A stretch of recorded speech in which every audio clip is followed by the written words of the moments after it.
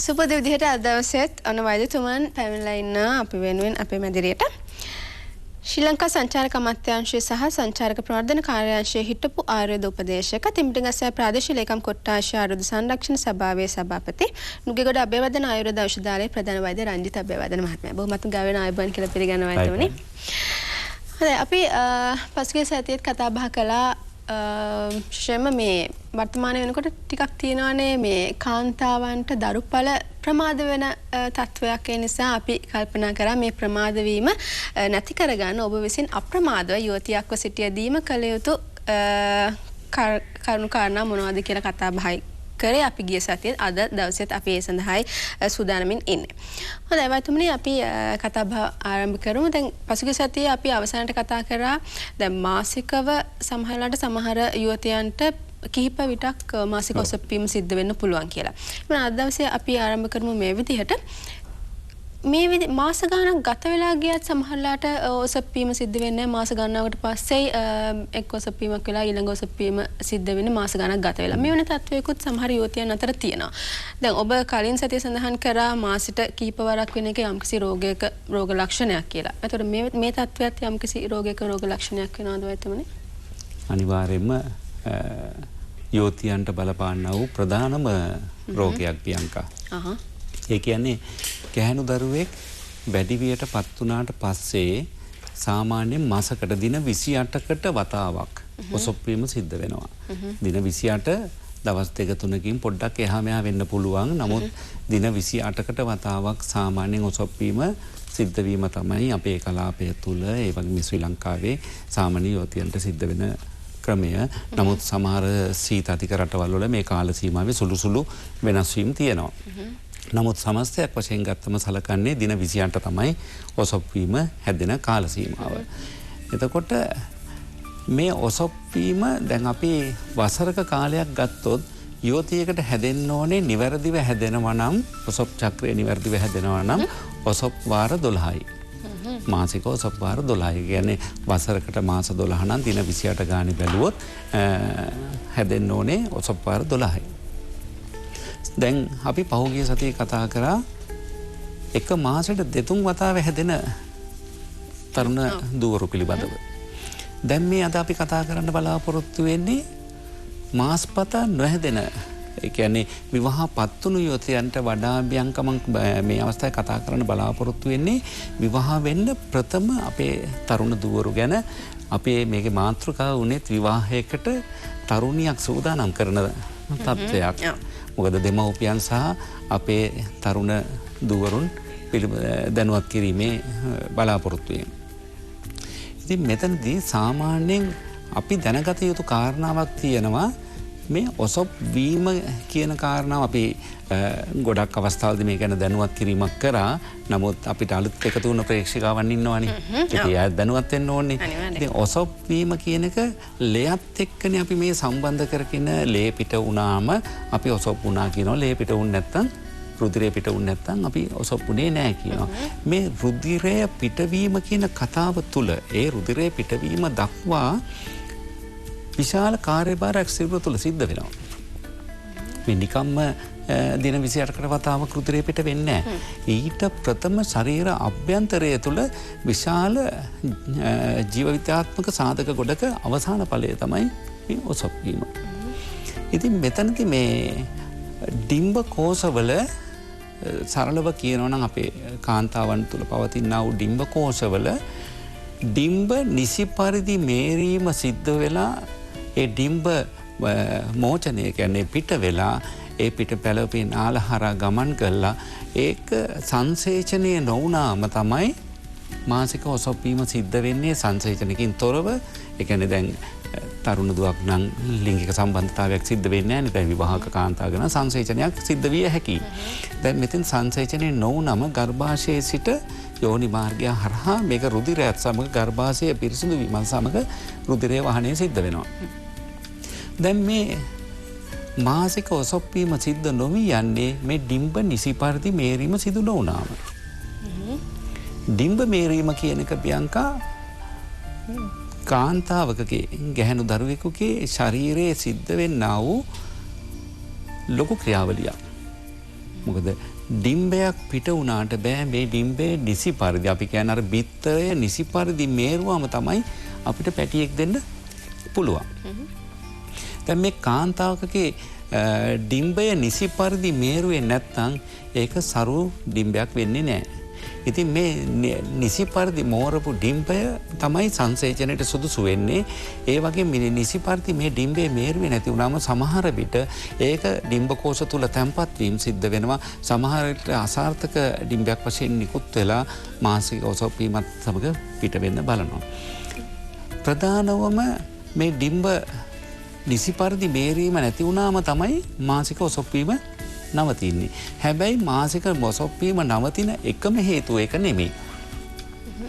දැන් ආයුර්වේදයේ සඳහන් කරලා තියෙනවා ගුල්ම රෝගය කියලා. මේ ගුල්ම රෝගය කියන රෝගය ගත්තම දරුවෙක් කුසේ නෑ. නමුත් දරුවෙක් කුසේ ඉන්නවා වගේ මානසික ඔසවීම නතර වෙනවා. නතර වෙලා ඇය ගර්භණියක් වගේ වෙනස් වීම පවා පෙන්නුම් කරනවා. දැන් බලන්න එතනදී මොකද්ද පෙන්නුම් කරේ? ඒ ගැබිනියක් නෙමෙයි. මම ඒකයි කිව්වේ ඩිම්බ මේරීම හෝ නොමේරීම වලින් තොරව මෙවැනි තත්ත්ව ඇති විය හැකි හේතු තියෙනවා. මේ ගුල්ම රෝගයේදී සිද්ධ වෙන්නේ මානසික තත්ත්වය මත ඇති වෙන තත්ත්වයක්. මානසික තත්ත්වයට එක හේතුවක් පියංකා. එක හේතුවක්. මෙතෙන්දී හෝමෝන ක්‍රියාවලිය, මානසික තත්ත්වය, ඒ වගේම ඇයගේ ශරීරයේ තියෙන වැඩිීමේ තත්ත්වය, ඒ වගේම ඇයගේ ප්‍රජනන ඉන්ද්‍රියන් නිසි පරිදි වැඩිලා තියෙන්න ඕනේ. ඇයගේ ඩිම්බකෝෂවල නිසි පරිදි ඩිම්බ නිකුත් වෙන්න අවශ්‍ය කරන්නා වූ මූලික සාධක. ඒ කියන්නේ ඩිම්බයක් නිකුත් වෙනවා කියන එක මේ නිකරුණේ මේ පිට වෙන දෙයක් නෙමෙයි. ලොකු ක්‍රියාවලියක එක ප්‍රතිඵලයක් තමයි ඩිම්බයක් පිට වෙන එක. ඊට පස්සේ ඒ ක්‍රියාවලිය අවසාන ප්‍රතිඵලය තමයි එක්කෝ දරුවෙක් හටගන්න එක. එහෙම නැත්නම් නිසි පරිදි ඔසවීම සිද්ධ වෙන එක. ඉතින් ඒ නිසා මේක අපි සරලව හිතනවා නම් මාසික ඔසවුනේ නැහැ කියලා මේ මාසුනේ නැහැ ඔක එච්චර ගණන් ගන්න දෙයක් නැහැ මාස දෙක තුනක් උනේ නැති වුණාට මොකද සමහරු කියනවානේ ඔක පොඩ්ඩක් වුණාම ඇති ඒ වගේ තර්ක ඉදිරිපත් කරනවා. නමුත් මේ නිසි පරිදි ඩිම්බ නොමේරීමේ ප්‍රතිඵලය තමයි ප්‍රධාන වශයෙන්ම බලපාන්නේ මාසික ඔසවීම සිද්ධ නොවෙන්න. ඒ වගේම සමහර අයගේ රක්තහීනතාවයන්. රුධිරය හීනවීම, හිමොග්ලොබින් අඩුවීම එවැනි තත්ත්වත් මේ රෝගයට බලපානවා. ඒ වගේම දැන් අපි පසුගිය සතියේ කතා කරානේ අධිකව රුධිරය පිටවීම සම්බන්ධව. ඒ රෝගයේදීත් මේ හිමොග්ලොබින් තත්ත්වය බලපානවා. සමහරවිට හිමොග්ලොබින් අඩු වෙච්ච අයගේ රුධිරය නිසි පරිදි කැටි ගැසීම සිද්ධ වෙන්නේ නැතුව අධිකව රුධිරය වහනයන් සිද්ධ වෙන්න ඉඩ තියෙනවා. ඉතින් ඒ වගේම තත්ත්වයක් මෙතනදිත් සිද්ධ වෙනවා. ඉතින් රක්තහීනතාවයත් සමහර විට මාසික ඔසවීම ප්‍රමාද කරන්න එක හේතුවක් වශයෙන් බලපානවා. තවත් හේතුවක් තමයි පියංකා අර දැන් අපි කිව්වේ ශරීරයේ වර්ධනය වීම මේ අධිකව ස්ථූලතාවය. ඒ තත්ත්වයක් මේ රෝගයට බලපෑමක් ඇති කරනවා. ඒ නිසා යෝතියක් අවබෝධ කරගත යුතුයි. තමුන් ගොඩක් හැබැයි මේ වැරද්ද කරන්නේ බියංකා මව්වරු. මේක මව්වරුන්ට චෝදනා කරනවා නෙමෙයි. නමුත් මව්වරු දියණිවරුන්ට වැඩි ආදරයට ලස්සනට තියන්න හොඳට ඇඟපත හදන්න කියලා අධික අධිපෝෂණය ලබා දෙනවා. ඒ අධිපෝෂණය තුළින් බොහෝ දුරට මේ ශරීරයේ මෙවැනි විකෘතිතා ඇති වෙනවා. ඒ වගේම මේ අද අපි පාවිච්චි කරන ආහාර වලින් පවා මෙවැනි තත්ත්ව ඇති වෙනවා. ඒ නිසා මම මව්වරුන්ට කියන්න කැමති මෙවැනි යම්කිසි තත්ත්වයක් තමුන්ගේ දියණියකට තියෙනවා නම් අනිවාර්යයෙන්ම ආයුර්වේද වෛද්‍ය ප්‍රතිකාර ලබා ගන්න. ඒ ආයුර්වේද වෛද්‍ය ප්‍රතිකාර තුලින් දියණියට නිසි පරිදි ඒ කියන්නේ මාස්පතා නිසි පරිදි මාසික ඔසවීම ඇති වෙන ආකාරයට චක්‍රය නිසි පරිදි හදා ගන්න පුළුවන්. ඇයි මම මෙතෙන්දි මේ ආයුර්වේද ප්‍රතිකාර ලබා ගන්න කියන්නේ? එතනදී කෙනෙක් කියයි මම ආයුර්වේද වෛද්‍යවරයෙක් නිසා මම මේක මේ ආයුර්වේදය ගැන විතරක් කතා කරනවා කියලා. නෑ බියංකා. එතනදී අපි ගොඩක් දුරට මෙවැනි අවස්ථාවලදී වෙනත් වෛද්‍ය ක්‍රමවල පිහිට ලබන්නේ. මම කියන්නේ ඒක වැරදි කියලා. ඒ අවස්ථාවේදී මොනම වෛද්‍ය ක්‍රමයකින් හරි රෝගියෙක් බලාපොරොත්තු වෙන්නේ සුවයක්. එතනදී මම කියන්නේ කිසිම මේ තර්කයක් නෑ. මම ඒකට එකගයි. නමුත් තාවකාලික හෝමෝන ಔಷಧ තුලින් මාසික ඔසවීම හදා ගන්නවට වඩා මොකද තාවකාලික හෝමෝන ඖෂධ දීලා තාවකාලිකව බීජ මෝචනය කර ගන්නවට වඩා ඔසව් හදා ගන්නවට වඩා ආයුර්වේද වෛද්‍ය ක්‍රමයේදී කරන්නේ ඒ ඩිම්බ කෝෂවල අවශ්‍ය වන හෝමෝන නිපදවීමට අවශ්‍ය කරන ඖෂධ ලබා දීලා ඒ හරහා ඩිම්බ කෝෂවල හෝමෝන නිපදවීම කළා ඩිම්බ නිකුත් කිරීම. ඒක తాවකාලික නෙමෙයි. දැන් අනිකුත් ඖෂධ ගත්ත බොහෝ කාන්තාවන් දන්නවා ඇති ඒ ඖෂධ ගන්නකම් මාසික ඔසොප්පීම හැදෙනවා. නමුත් ඒක නවත්තපු ගමන් නැවත නවතිනවා. අපි කවදාකවත් අපේ වෛද්‍ය ක්‍රමේදී දවසකට දෙකකට ප්‍රතිඵල ලබා දෙන්න උත්සාහ කරන්නේ නැහැ. මේ වෛද්‍ය ක්‍රමයේ තියෙන වටිනාකම ඒකයි. එතනදී අපි පුළුවන් තරම් උත්සාහ කරන්නේ මේ යුවතියට නිසි පරිදි මාසිකව මේ චක්‍රය හදලා දෙන්න. එතකොට තමයි යාට හොඳ බිරිඳක් වෙලා හොඳ මවක් වෙන්න පුළුවන් පසුබිම කොට නැගෙන්නේ. නැත්නම් අර తాවකාලිකව අපි බීජ මෝරලා මාසික ඔසොප්පීම ගැන විතරක් හිතලා කටයුතු කරොත් අපි අර ක්‍රමය මං කියන්නේ ප්‍රශ්නයක් නෑ. ඒකින් සාහනයක් ලැබෙනවා. ඒ වුණාට නිවැරදි දේ තමයි ඇයට මාසික ඔසොප් චක්‍රය නිසි පරිදි හදා ගැනීම. අපි හිතමු නැත්තම් මේ වතාවේ අපි తాවකාලික ඖෂධයක් කරලා දරුවෙක් හදා ගන්නවා. ඊට පස්සේ දෙවනි පාරටත් ආයෙත් ඖෂධ හොයන්න ඕනේ දෙවනි දරුවා හදා ගන්න. ඒ වුණාට ආයුර්වේද වෛද්‍ය ක්‍රමෙත් එක්ක කටයුතු කරොත් පළවෙනි දරුවාත් හොඳින් හදාගන්න ඊට පස්සේ වෛද්‍යවරු පස්සේ යන්නේ නැතුව දෙවෙනි දරුවාත් හදාගන්න පුළුවන් වෙයි. ඒ නිසා කියන්නේ ආයුර්වේද වෛද්‍ය ක්‍රමෙන් ඔබට රෝග නිදානයට ප්‍රතිකාර ලැබෙන්නේ එයින් ඔබට ලැබෙන්නේ පූර්ණ සුවයක් කියලා. හොඳයි දුරකථනයෙන් කෙනෙක් ඉන්නවා අපිත් එක්ක. සුබ සන්ධ්‍යාවක් ඔබට. සුබ සන්ධ්‍යාවක්. ඔව් අපිට නම කියමු. ඩාර්ලි ගයනි. හරි ගයනි කියන්නකෝ ගැටලුව. මට තියෙන ડોක්ටර් මම අවුරුදු දෙකක් වෙනවා බැඳලා අපිට බබාලනේ තාම මගේ පැලෝපිය නාලික බබෙක් පිහිටලා එක පැලෝපිය නාලියක් අයින් කරලා තියෙන්නේ. දැන් කියනවා ඩිම්බ හැදෙන්නේ නැහැ කියලා. ඔබේ දරුවා මේ ලැබෙන කියන්නේ කන්සියු net ප්‍රතිකාර ලබාගෙනද? නෑ බැඳලා මාස 4කින් වගේ තමයි එක මේ උනේ පැලෝපිය නාලේ. නමුත් අපිට කිසිම දෙයක් දැනගන්න ලැබුණේ නැහැ. ඉතුරුවාට පස්සේ තමයි දැනගත්තේ. ඔව් එක්ටොපික් කියන තත්ත්වය එතනදී සමානට පැලෝපිය නාලය බේර ගන්න බැරි වුණොත් ඉවත් කිරීම සිද්ධ කරන්න වෙනවා. දැන් ඔබට පවතින්නේ එක පැලෝපිය නාලයයි. දැන් ඩිම්බ කෝෂ දෙක දෙපැත්තේ තිබුණත් පැලෝපිය නාලය නැත්නම් ඒ පිටවෙන ඩිම්බය ගර්භාෂයට පැමිණීමට හැකි වෙන්නේ නැහැ. ඒ නිසා ඩිම්බ කෝෂයේ තිබුණත් පැලෝපිය නාලය කියන්නේ පාර එන පාර. මොකද ඩිම්බ කෝෂයෙන් ඩිම්බයක් නිකුත් කරාම එය ගර්භාෂය දක්වා එන්නේ පැලෝපිය නාලය දිගේ. ඒතකොට දැන් පැලෝපිය නාලය ඉවත් කරාම එක ඩිම්බ කෝෂයකින් ඩිම්බ නිකුත් කිරීමක් සිද්ධ වුණත් ඒක ප්‍රතිඵල රහිතයි. ඒ නිසා දැන් අපිට වැඩ ගන්න පුළුවන් තත්ත්වයේ තියෙන එක ඩිම්බ කෝෂයකින් පමණයි. ඒතකොට ඒ ඩිම්බ කෝෂයේ තත්ත්වය හොඳ මට්ටමක පවතිනවා නම් පහසුවෙන් දරුවෙක් හදාගන්න බැරි වෙන්නේ නැහැ. ප්‍රතිකාර ලබා ගන්න එතකොට පුළුවන්. යම් විදියකින් ඒ ඩිම්බ කෝෂයේ toy තත්ත්වය පවතිනවා නම් ඒකත් ඉවත් කරන්න නම් යන්න එපා. දැන් මේක එක්ටොපික් තත්ත්වයකද නම් ඉවත් කිරීමට බොහෝ දුරට සිද්ධ වෙන අවස්ථා වෙනවා. මේ නාලයේ පිපිරීමක් වගේ දෙයක් සිද්ධ වුණොත් දැන් යම් විදියකින් ඒ නාලය ඇලිලා තියෙනවා නම් ඒ වගේ තත්ත්ව තියෙනවා නම් අපේ වෛද්‍ය ක්‍රමයෙන් ඒක සුව කරගන්න බොහෝ දුරට පුළුවන්. එතනදී දැන් ඩිම්බ කෝෂ දෙකෙන් මාස්පතා වෙන්වෙන් වශයෙන් නිකුත් කරපු ඩිම්බ දැන් වැඩි බරක් දරන්නේ එක ඩිම්බ කෝෂයකින්. අනිත් ඩිම්බ කෝෂය මං හිතන්නේ ඩිම්බ කෝෂය තියලා පැලෝපිය නාලය විතරයි මං හිතන්නේ කාන්තාව ඉවත් කරලා ඇත්තේ. එක මේ එකයි ඉවත් කරලා තියෙන්නේ පැලෝපිය නාලය විතරයි ඒකයි. ඔබේ විස්තර අනුව මම තේරුම් ගත්ත ඒක තමයි කරන්න නැත්තේ කියන එක. නමුත් අර මම පැහැදිලි කරේ ඒ ඩිම්බ කෝෂයේ තිබුණත් එයින් නිකුත් කරන ඩිම්බ ගර්භාෂයට පැමිණීමට හැකි වෙන්නේ නැහැ. ඒ නිසා අර එක ඩිම්බ කෝෂයක් තමයි වැඩි බරක් දරන්නේ. එතනදී ඒ ඩිම්බ කෝෂය නිරෝගීමත් තත්යකට ගෙනල්ලා එයින් නිකුත් කරන සරු බීජයක් අපි සංසේචනය කරගන්න කටයුතු කරන්න පුළුවන්.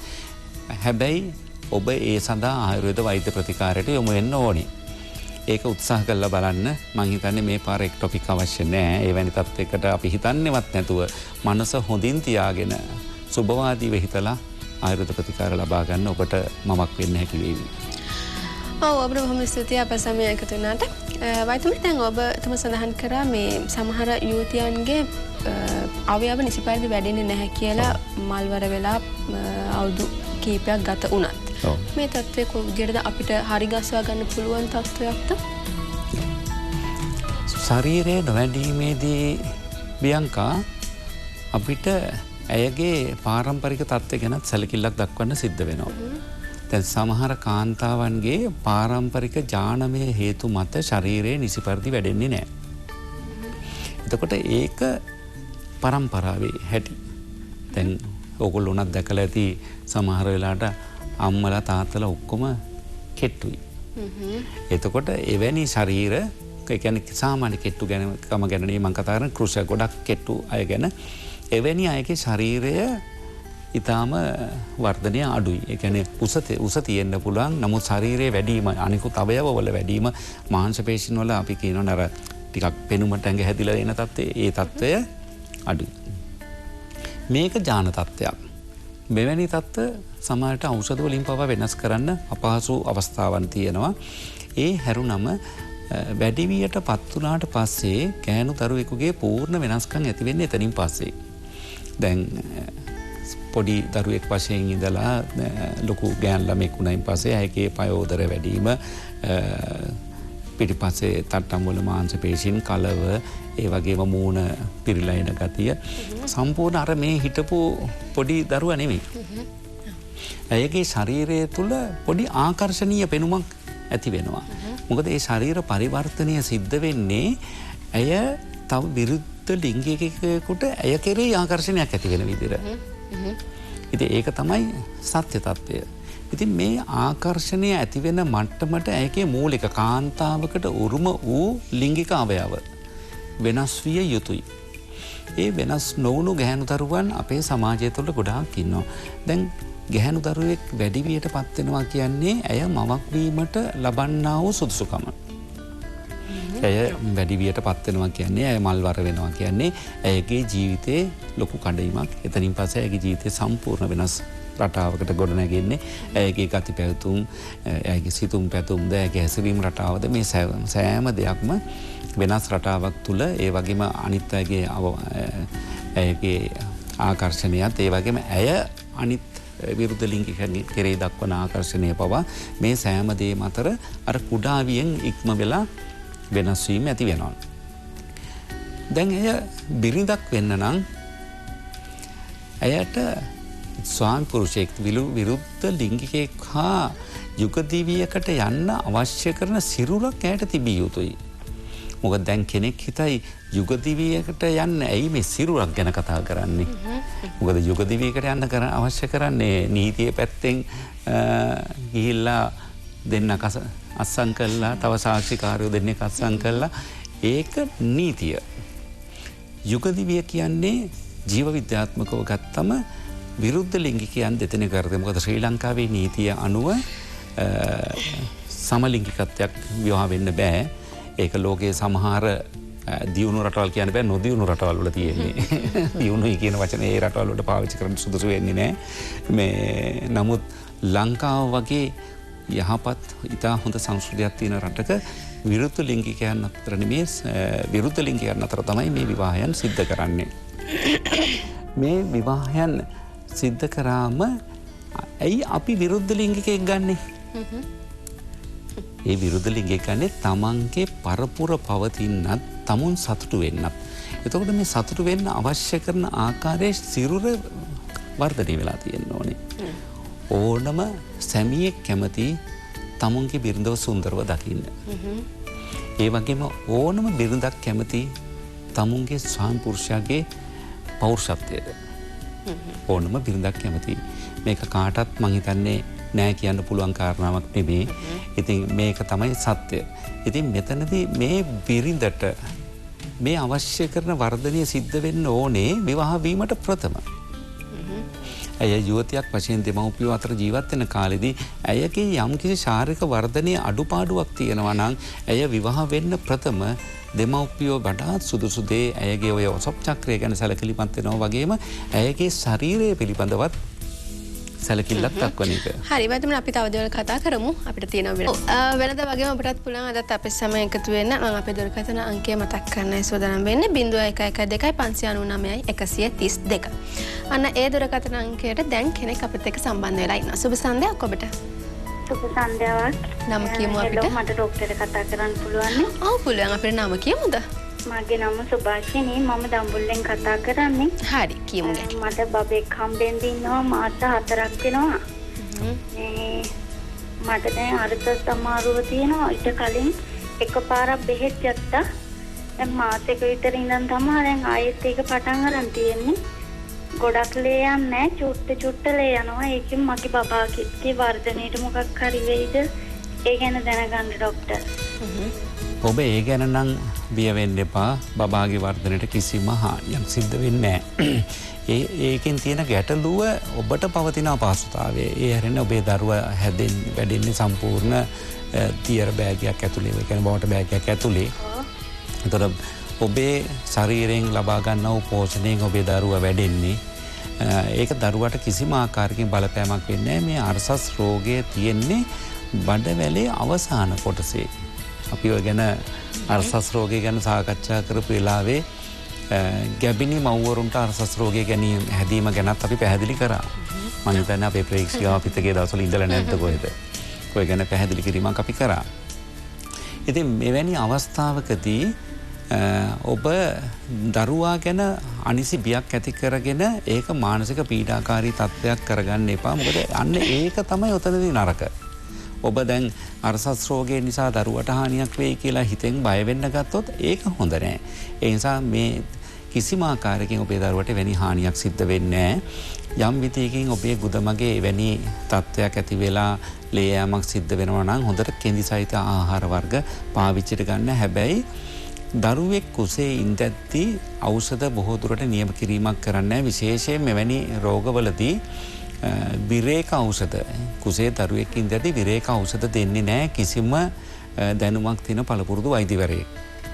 ඒ නිසා කිසිම විරේක ඖෂධයක් ඔබ ගන්න එපා. කවුරුවත් හිත කියන දේවල් කරන්න යන්න එපා. වෛද්‍ය උපදෙස් පිළිපැදලම කටයුතු කරන්න. ඔබට එක දෙයක් සුළු දෙයක් ගෙදරදී කරගන්න පුළුවන්. ඔබ සර්ව විෂාදී තෛලය ටිකක් අරගෙන බුදමගේ ආලේප කරන්න. උදේට රැයට බුද සිදුරේ හොඳින් ආලේප කරන්න. ඇතුළටත් පොඩ්ඩක් ඇතුළට කරලා හොඳින් ගාන්න. සුළු සහනයක් ඔබට දැනේවි. හැබැයි ඒක සම්පූර්ණ නිවැරදි ප්‍රතිකාරයක් නෙමේ. දරුවා බිහි කිරීමෙන් අනතුරුව ඔබ ප්‍රතිකාර ලබා ගන්න. එතකොට ඔය රෝගය සුව කරගන්න පුළුවන්. දරුවා වැඩෙනකොට කුස විශාල වෙනකොට බොහෝ කාන්තාවන්ට ඔය ගැටලුව පවතිනවා. ඒක ඔබට පමණක් සිද්ධ වෙච්ච දෙයක් නෙමේ. සමහර කාන්තාවට ඇති වෙන්නේ නැහැ. සමහර අයට ගුදමක තෙරපීමත් එක්ක උදරේ විශාල වෙනකොට ගුදමක තෙරපීමත් එක්ක වැනි තත්ත්ව ඇති වෙනවා. ඒ නිසා ඔය ගැන බයක් ඇති කරගන්න එපා. සර්ව විෂාදී තෙල් ටිකක් ගෑම පමණක් කරන්න.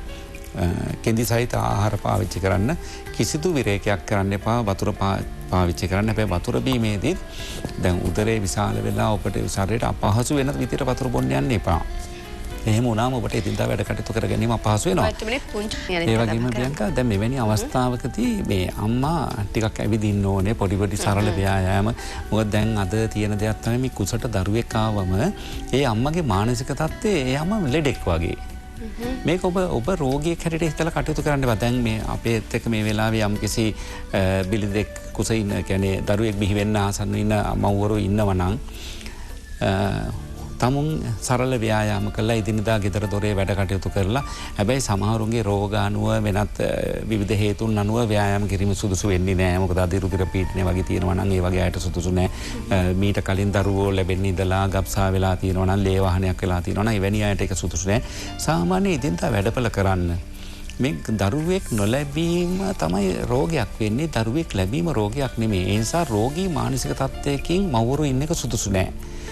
හොඳ හිත සතුටින් තමුන්ගේ සැමියාත් සමග තව පවුලේ සමාජිකයෝ ඉන්නවනම් ඒගොල්ලෝ සමග තව දරුවෝ ඉන්නවනම් ඒගොල්ලෝ සමග තමුන්ගේ නෑදෑ හිතවතුන් සමග විහිළු තාලු කරලා පොඩ මනස නිරවුල් කරගෙන සතුටින් ගත කරන්න. ඔබේ සතුට කුස ඉන්න දරුවාට ඔබ ලබන ආහාරයටත් වඩා ලොකු පෝෂණයක්. ඒ නිසා ඒ ගැන හිතලා කටයුතු කරන්න. හොඳයි ඔබට බොහොම ස්තුතියි අප සමය එකතු වුණාට. අපි විරාමයට කලින් කතා බහ කරමින් හිටියා මේ මල්වර වෙලා මාස ගණන මේ අවුරුදු ගණනාවක් ගත වුණත් ශරීරයේ නිසි වැඩෙන්නේ නැති තත්වය ගැන. වතුනේ ඒක මේ අපි ඒක කතා කරමු. ඔව් එතනදී පියංගා ගොඩක් ගැහැණුකරුවන්ට මේ තත්ත්වය ඇති වෙන්නේ ඔවුන්ගේ හෝමෝන ක්‍රියාවලිය ඇති වෙනා වූ දුර්වලතාවයන් තුලින්. ඒක අපිට හදාගන්න විදිහ